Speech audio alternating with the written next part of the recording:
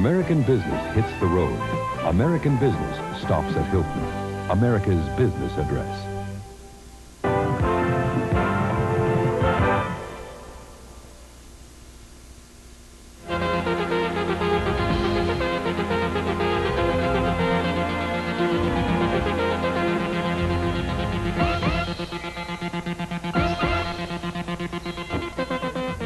Hello, everybody. Gail Gardner in the Sports Center newsroom. Coming up and next here on ESPN, more boxing super bouts of the 80s. Sugar Ray Leonard and Ayub Kalule from Houston, 1981.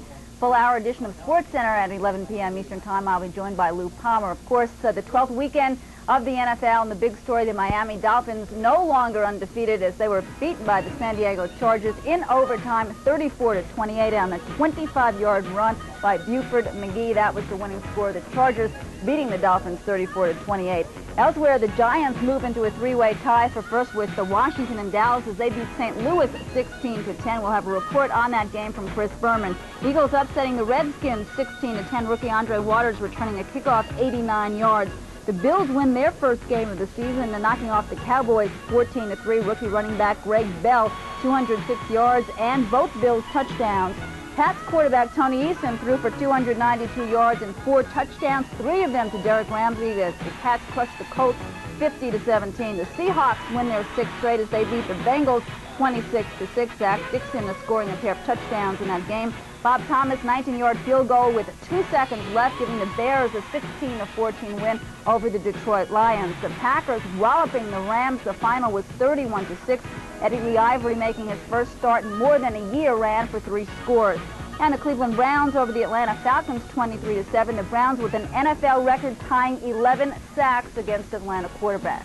We will take a break and be back with more on this Sports Center update right after this timeout.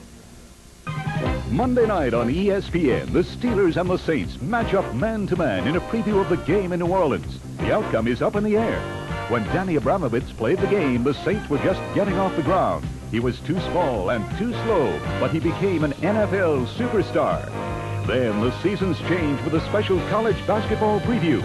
We'll cover all the big men on campus from preseason practice to playoffs. It's all here Monday on ESPN.